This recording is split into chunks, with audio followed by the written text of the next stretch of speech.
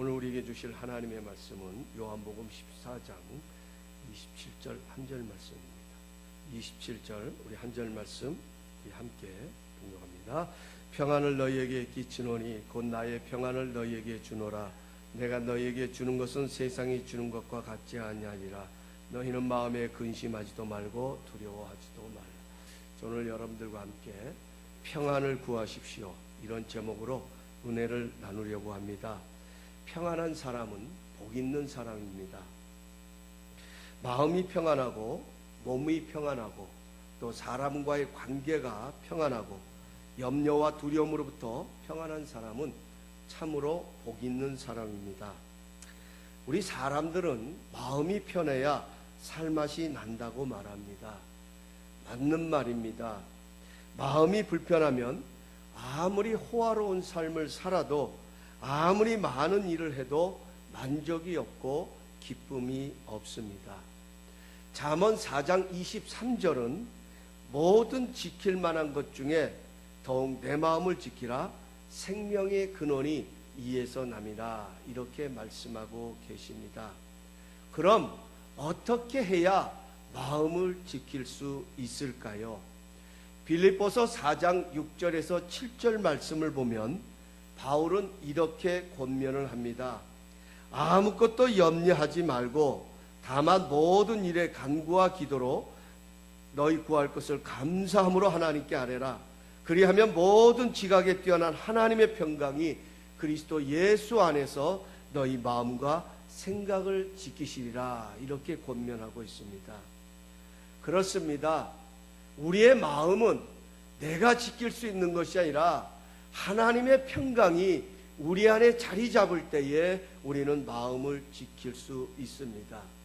하나님의 평강이 우리의 마음을 지켜주셔야 우리는 그 마음을 지켜갈 수 있습니다.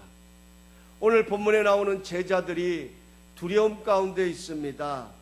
이제 얼마 안 있으면 예수님께서 십자가에서 당하실 그 고난의 소식을 예수님으로부터 직접 전해 들은 제자들의 마음속에는 두려움과 염려가 자리를 잡았습니다. 물론 예수님이 다시 살아나셔서 부활하셔서 승천하셔서 하나님 보호자를 향하여 승천하신다고 말씀해 주셨지만, 그러나 예수님이 부활하고 승천하시면 우리는 도대체 어떻게 되어지는 것이냐, 마치 우리가 고아와 같이 버려지는 것이 아닌가 하는 그런 염려와 두려움 가운데 있는 제자들에게 예수님께서 오늘 본문의 말씀을 주시면서 내가 너희에게 평안을 주노라. 나의 평안은 세상이 주는 것 같지 아니하니 그러므로 염려하지 말고 두려워하지 말라. 예수님은 평안을 선물로 주시겠다고 약속하십니다. 우리 예수님은 평안의 주님이십니다. 예수님이 주시는 평안은 세상이 주는 것과 같지 않다고 말합니다. 여기 세상이 주는 것과 같지 않다는 말은 세상에서 얻을 수 있는 평안이 아니라는 말입니다. 하나님만이 주실 수 있는 그 평안을 말하는 것입니다. 쉬운 말로 이런 뜻입니다. 아이들은 엄마를 잃어버리면 불안해합니다. 초조해합니다. 아무리 장난감을 사다 줘도 아무리 맛있는 것을 만들어 주어도 엄마가 보이지 않으면 불안해합니다. 왜 그렇습니까? 아이들은 엄마로부터 나왔기 때문입니다. 이건 누가 가르쳐 준 것이 아닙니다. 누가 일러준 것이 아닙니다. 본능적으로 엄마로부터 자신의 생명이 주어졌고 엄마로부터 나왔고 엄마가 필요하다는 것을 본능적으로 알고 있기 때문에 아이들은 엄마의 품 안에 안길 때에 비로소 편안함을 느끼고 평안함을 누린다 하는 것입니다. 인간도 마찬가지입니다. 인간의 모든 삶은 육체로만 존재하는 것이 아닙니다. 만약 우리 인생이 육체로만 존재한다고 하면 우리는 이 땅에 있는 것으로 얼마든지 행복하게 살 수 있습니다. 우리는 이 땅인 것을 가지면 우리는 만족할 수가 있습니다. 그러나 인생은 본체에서 나왔습니다. 영혼의 본체가 있다라고 하는 것입니다. 창세기에 가서는 하나님이 흙으로 사람을 지으시고 코에 생기를 불어넣으심으로 생명이 된 것처럼 우리의 인생은 영혼을 가진 존재입니다. 영혼의 본체이신 하나님을 만나기 전까지는 항상 우리 인생은 불안과 염려 가운데 살아갈 수밖에 없습니다. 하나님이 주신 평안이 내 안에 자리 잡을 때 우리는 자족하고 감사하며 기쁘게 살아갈 수 있습니다. 그러면 예수님께서 약속하신 평안은 어떻게 주어지는 것일까요? 내가 너희에게 평안을 주겠다고 약속하신 그 예수님의 선물 우리가 어떻게 받아 누릴 수 있을까요? 마태복음 11장 28절 이하에 보면 예수님은 무거운 인생의 짐을 지고 살아가는 사람들을 향하여 수고하고 무거운 짐진 자들아 다 내게로 오라 내가 너희를 쉬게 하리라는 위대한 선언을 하십니다. 그리고 다시 말씀하시기를 나는 마음이 온유하고 겸손하니 나의 멍에를 메고 내게 배우라 그러면 너희 마음이 쉼을 얻으리니 이는 내 멍에는 쉽고 내 짐은 가벼움이라고 말씀하셨습니다. 예수님께서 주시는 쉼, 곧 평안을 얻으려면 우리가 예수님께로 나와 배워야 한다는 것입니다. 우리가 예수님의 평안을 얻기 위하여 배워야 할 것들이 무엇인지를 예수님을 통하여서 네 가지를 나누어 보려고 합니다. 첫째로 예수님의 사랑을 배워야 합니다. 사도 바울은 고린도후서 5장 14절에 그리스도의 사랑이 우리를 강권하시도다 이렇게 고백합니다. 여기 강권하다라는 말은 붙잡다, 지키다, 억압하다라는 뜻을 가지고 있습니다. 이 말은 우리로 하여금 그리스도인이 되게 하는 것은 하나님의 사랑에 강권하십니다. 하나님의 사랑에 붙드십니다 하는 뜻을 담고 있는 것입니다. 내가 그리스도인이 되는 것은 내 의가 아니라 예수님의 사랑하심 때문이라는 뜻을 담고 있습니다. 그래서 사도 바울은 예배소 교회 성도들 위하여 기도하기를 예배소서 3장 17절부터 19절에 가서 보면 이렇게 말씀합니다. 믿음으로 말미암아 그리스도께서 너희 마음에 계시게 하옵시고 너희가 사랑 가운데서 뿌리가 박히고 터가 굳어져서 능히 모든 성도와 함께 지식에 넘치는 그리스도의 사랑을 알아 그 넓이와 길이와 높이와 깊이가 어떠함을 깨달아 하나님의 모든 충만하신 것으로 너희에게 충만하게 하시기를 구하노라 이렇게 기도하고 있습니다.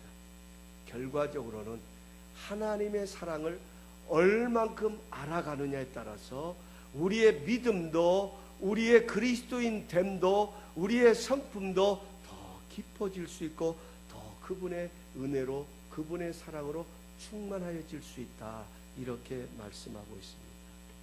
우리의 마음에 그리스도의 사랑, 긍휼히 여기는 마음, 인자한 성품을 가져야 합니다.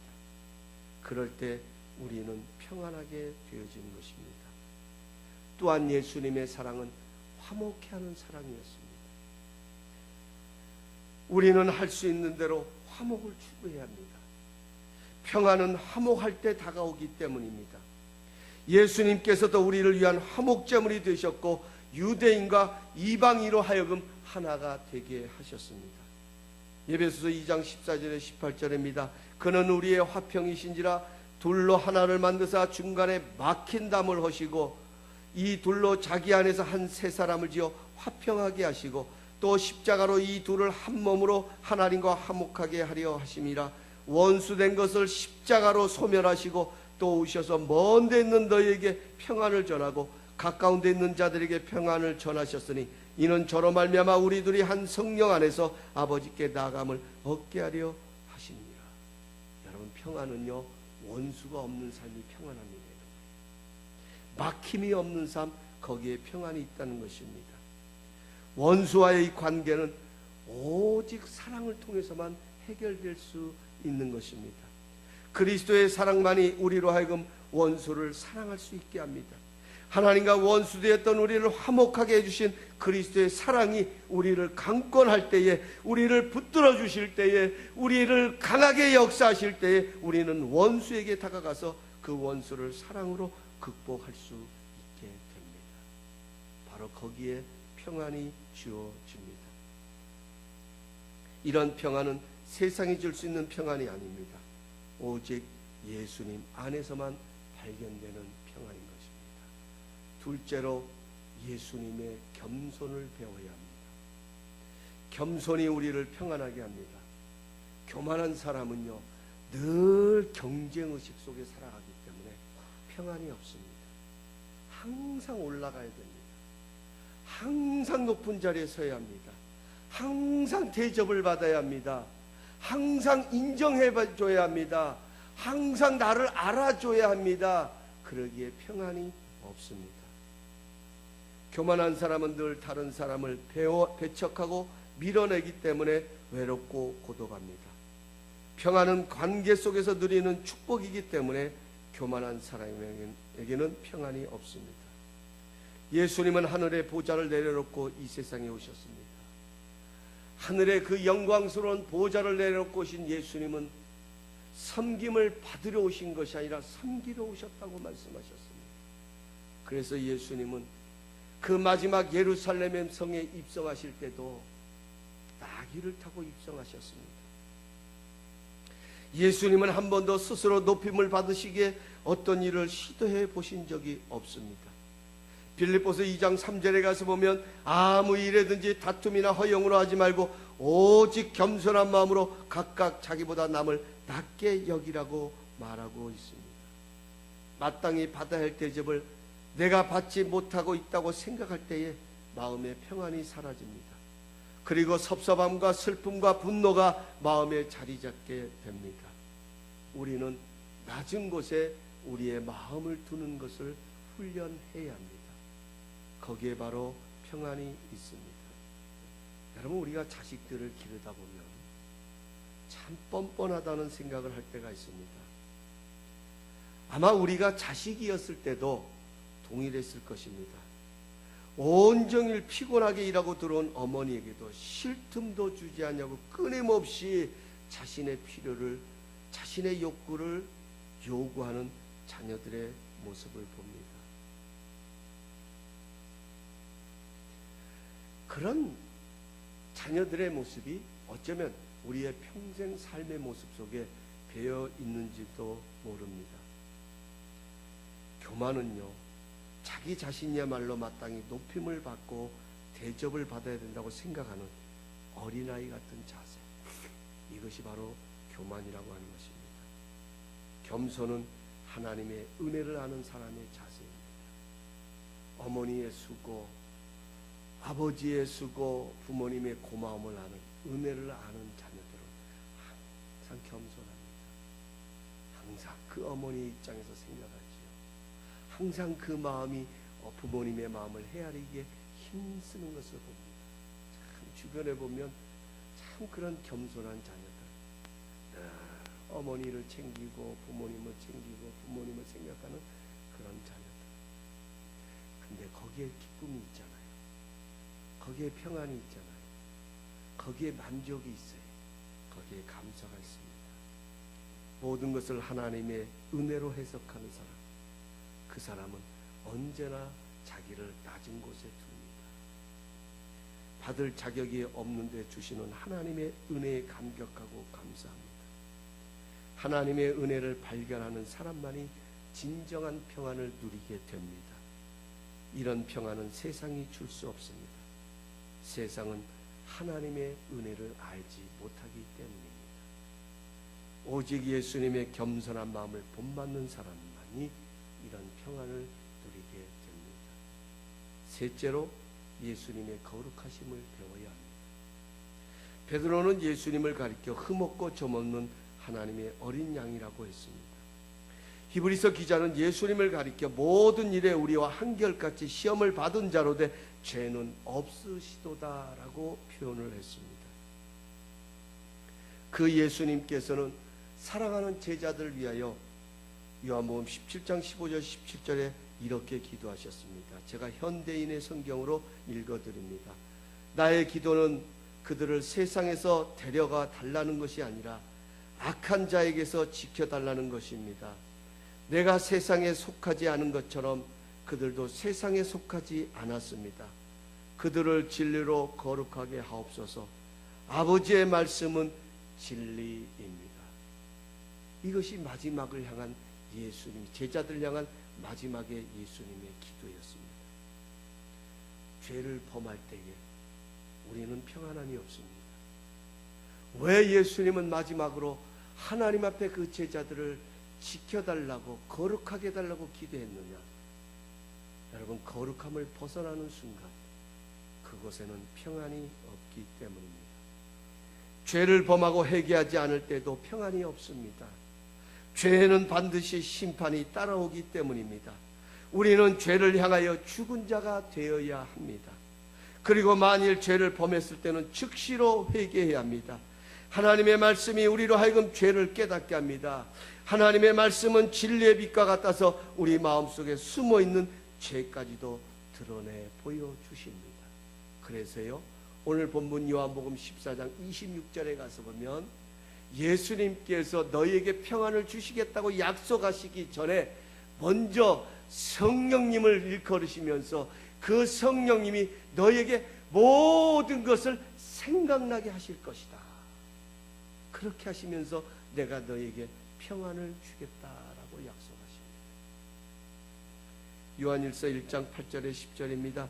만일 우리가 죄 없다 하면 스스로 속이고 또 진리가 우리 속에 있지 않냐 할 것이요 만일 우리가 우리 죄를 자백하면 저는 미쁘시고 의로우사 우리 죄를 사하시며 모든 무리에서 우리를 깨끗게 하실 것이요 만일 우리가 범죄하지 아니했다면 하나님을 거짓말하는 자로 만든 것이니 또한 그의 말씀이 우리 속에 있지 않느니라.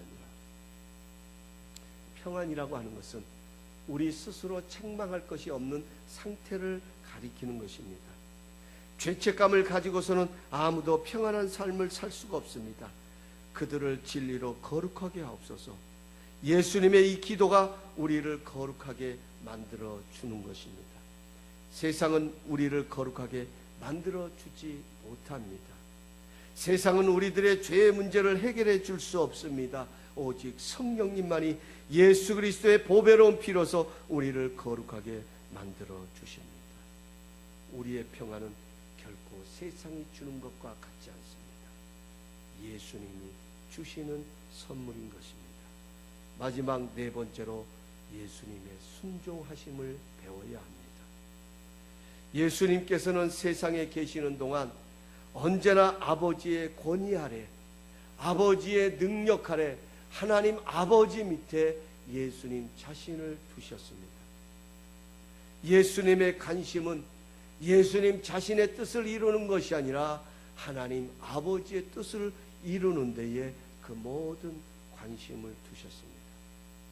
잃어버린 영혼을 찾아 그들로 영생을 얻게 하시는 것이었습니다. 그래서 요한복음 10장 10절에 가서 보면 나는 선한 목자라고 말씀하십니다. 예수님 자신을 가리켜서 선한 목자라고 말씀하십니다. 양의 우리를 넘나드는 것은 도적질하여 강도이지만 예수님은 양의 문이시기 때문에 문으로 들어가신다고 말씀하십니다. 선한 목자는 양의 이름을 각각 불러낸다고 말씀하십니다. 선한 목자는 양을 위하여 생명을 버린다고 말씀하십니다. 선한 목자는 양을 위하여 모든 것을 아낌없이 내어준다라고 말씀하십니다. 그러면서 요한복음 10장 10절에 생명을 얻되 풍성히 얻게 하려 하심이라고 말씀하십니다. 예수님의 목적은 아버지의 이름이, 하나님 아버지의 이름이 그들 백성 가운데서 영화롭게 되는 것이었습니다. 그래서 우리가 요한복음을 읽어보면 예수님께서 얼마나 자주 아버지 하나님과 예수님과의 관계에 말씀하고 계신지를 우리가 많이 발견하게 됩니다. 그 중에 요한복음 17장 4절 5절에 이렇게 말씀합니다. 아버지께서 내게 하라고 주신 일을 내가 이루어 아버지를 이 세상에서 영화롭게 하였사오니 아버지여 창세전에 내가 아버지와 함께 가졌던 영화로서 지금도 아버지와 함께 나를 영화롭게 하옵소서. 늘 예수님은 이 험한 세상에 모든 인류의 죄를 짊어지시기 위해서 이 땅에 오셨던 그 예수님은 늘 하나님과의 관계를 통하여서 그 하나님의 앞에 겸손함을 통하여서 순종함을 통하여서 하나님과의 온전한 관계를 이뤄가신 것을 보게 됩니다. 예수님의 평안은 아버지 하나님과의 바른 관계에서 오는 것입니다. 우리도 마찬가지입니다. 우리의 삶의 영적인 질서가 올바로 잡혀 있을 때에 비로소 평안하게 됩니다. 하나님께서 우리를 지으셨습니다. 하나님께서 우리를 죄로부터 구속하여 주셨습니다. 하나님은 지금도 우리를 돌보아 주시는 하나님이십니다. 우리의 영원하신 선한 목자가 되시는 하나님이십니다. 그 하나님은 마땅히 우리로부터 예배를 받으셔야 합니다. 우리는 이 세상에 하나님의 이름이 거룩하게 여김을 받도록 해야 할 사명이 있습니다. 우리는 마음과 뜻과 정성, 성품을 다해 하나님을 사랑하여야 합니다.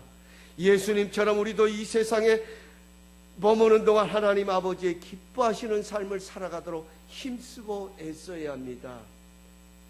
만약 누군가 우리에게 당신의 삶을 결정하는 중요한 요소가 무엇입니까? 라고 묻는다고 하면 우리는 망설이지 않냐고 하나님을 사랑하며 그의 말씀대로 순종하는 것입니다 라고 말할 수 있어야 합니다. 하나님과 그의 말씀에 대한 순종을 통해서 우리는 평안을 누릴 수 있습니다.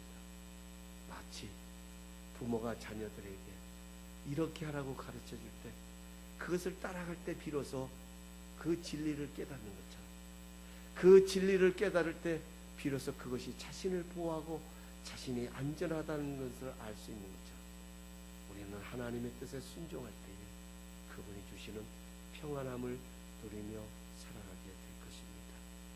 이제 말씀을 맺습니다. 예수님은 주어진 상황 때문에 어떻게 해야 되나 두렵고 떨고 있는 제자들에게 주님의 평안을 주시겠다고 약속하셨습니다. 평안은요, 만들어지는 것이 아닙니다. 주님이 주시겠다고 약속하셨습니다. 이것을 기억해야 합니다. 평안은 세상이 주는 것 아닙니다. 평안은 내가 만들어낼 수 있는 것이 아닙니다. 내가 만들어내는 평안은 오래 가지 못합니다. 평안은 주님이 주시는 것입니다. 주님이 주시면 두려움 가운데서도 넉넉히 승리할 수 있습니다. 주님이 평안을 주시면 어떠한 상황 속에서도, 어떠한 일어나는 풍랑 속에서도 고요히 뱃머리에서 주무셨던 것처럼 우리도 그 주님처럼 넉넉히 승리하며 이 세상을 살아갈 수 있습니다. 우리는 이 평안을 구해야 합니다. 우리는 이 평안을 받아 누리기 위해 쉼의 자리로 초청하시는 예수님에게 나가 그분으로부터 끊임없이 배워야 합니다. 신앙생활은 예수님을 닮아가는 생활입니다. 예수님의 사랑을 배워야 합니다. 예수님의 사랑에는 용서가 있습니다. 예수님의 사랑은 화목케 하는 사랑입니다. 예수님의 사랑이 우리를 강권하실 때에 우리는 모든 것을 능히 이길 수 있는 평안을 누리게 됩니다. 예수님의 겸손을 배워야 합니다. 높아지려고 하면 끝이 없습니다. 그러나 낮아지려고 하면 거기에 바로 평안이 있습니다. 거기에 바로 기쁨이 있습니다. 예수님의 거룩하심을 배워야 합니다. 항상 자신을 구별하는 곳에 평안이 있습니다. 예수님의 순종하심을 배워야 합니다. 순종이 있는 곳에 하나님의 온전한 질서가 세워지고 평안함이 선물로 주어지는 것입니다. 날마다 하나님의 평안을 구하십시오. 하나님의 평안을 구하는 삶을 통해 선물로 주시는 하나님의 평강이 우리 모두를 강권하여 주시는 복된 한 주간이 되시기를 예수님의 이름으로 축원합니다. 기도하시겠습니다.